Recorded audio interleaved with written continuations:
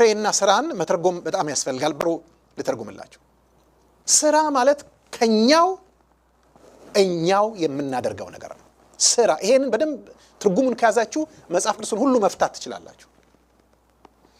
ለምሳሌ ኃጢአት ለመስራት ከሌላው ጋር ህብረት ማድረግ ይኖርብናል፣ ግንኙነት ማድረግ ይኖርብናል። በራሳችን ኃጢአት ምን አለ የለም እንዴ? ኃጢአት የሥጋ ስራ እኮ የተገለጠ ነው አይደል እንዴ?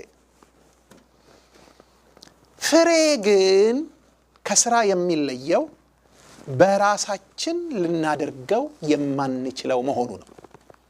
እኛው ጋር አስበን አልመን ብድግ ብለን የምናደርገው አይደለም። ፍሬ ማለት ትርጉሙ ከሌላው ጋር በሚደረግ ግንኙነት ተራክቦ የምናገኘውና ግን በእኛ የሚገለጥ ስራ ይሰራል፣ ፍሬ ይገለጣል። ለምሳሌ ዮሐንስ ወንጌል ምዕራፍ 15 ምንድነው ያስተምረን? ጌታ ኢየሱስ ክርስቶስ ፍሬ እንድታፈሩ ምን አድርጓል? በእኔ ኑሩ። ቅርንጫፍ በወይኑ ግንድ ባይኖር ፍሬ ሊያፈራ እንደማይቻለው እናንተም በእኔ ባትኖሩ ፍሬ ልታፈሩ አትችሉም። እኔ ወይን ግንድ ነኝ፣ እናንተም ቅርንጫፎች ናቸው አለ። ተመልከቱ፣ ምን ማለት ነው? ፍሬ ለማፍራት ቅርንጫፍ የግድ ምን ያስፈልገዋል? ግንዱ ያስፈልገዋል። ከግንዱ ጋር ባለው ግንኙነት ነው ፍሬ ሊያፈራ የሚችለው አለ። ለዚህ ጥሩ ምሳሌ ልስጣችሁ። እህታችን እንትና ወለደች። ልጇን ምን ብለን እንጥራው? ማለት የማህፀን ስራ ወይስ የማህፀን ፍሬ?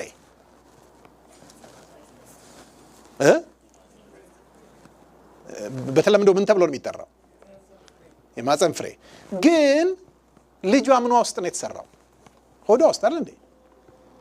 ስለዚህ መሆን የነበረበት ምንድን ነበር? ምንም ተመልከቱ እስቲ። ምንም እኮ በቃ ምንም ያልነበረ ነገር እየጨመረ 1 ወር 2 ወር 3 ወር 9 ወር የት ነው ይሄ ሁሉ ተሰርቶ ያለቀው? የት ነው አጥንቶች የተገጣጠሙት? የት ነው ፊትና መልክ ይወጣለት? ይገባቻል በለ የት ነው የተሰራው? ሆድ ውስጥ አለ እንዴ? ግን የሆድ ስራ አይባልም፣ የሆድ ፍሬ ነው የሚባለው። ለምን ያላችሁኝ እንደሆነ ምክንያቱም ከራሷ አላመጣችውም። ከባሏ ጋር ግንኙነት ነበራት። የዛ ግንኙነት ውጤት ነው። ስለዚህ ገላትያ 5 ላይ ስትሄዱ የሥጋ ስራ ይለንና የመንፈስ ፍሬ ይለናል። ከዛ እንዲያላችሁ ስራና ፍሬ የሚሉትን ሁሉ ብትመለከቷቸው ይሄንን ፓተርን ታያላችሁ። ለምሳሌ ፍሬ ከሌለው ከጨለማ ስራ ጋር አትተባበሩ፣ ይልቁን ግለጡት እንጂ። ቀድሞ ጨለማ ነበራችሁ፣ ግን በጌታ ብርሃን ሆናችኋል። የብርሃኑም ፍሬ በበጎነትና በእውነት ሁሉ ነውና።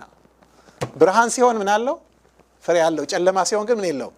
ፍሬ የለውም። ይልቅ ግን ፍሬ ከሌለው ከጨለማ ስራ ጋር፣ የጨለማ ሲሆን ስራ ነው፣ የብርሃን ሲሆን ፍሬ ነው። ይሄ ፓተርን ነው። በሙሉ ብታዩ አይዛነፍም፣ ሁሉ ጋር ታገኙታላችሁ።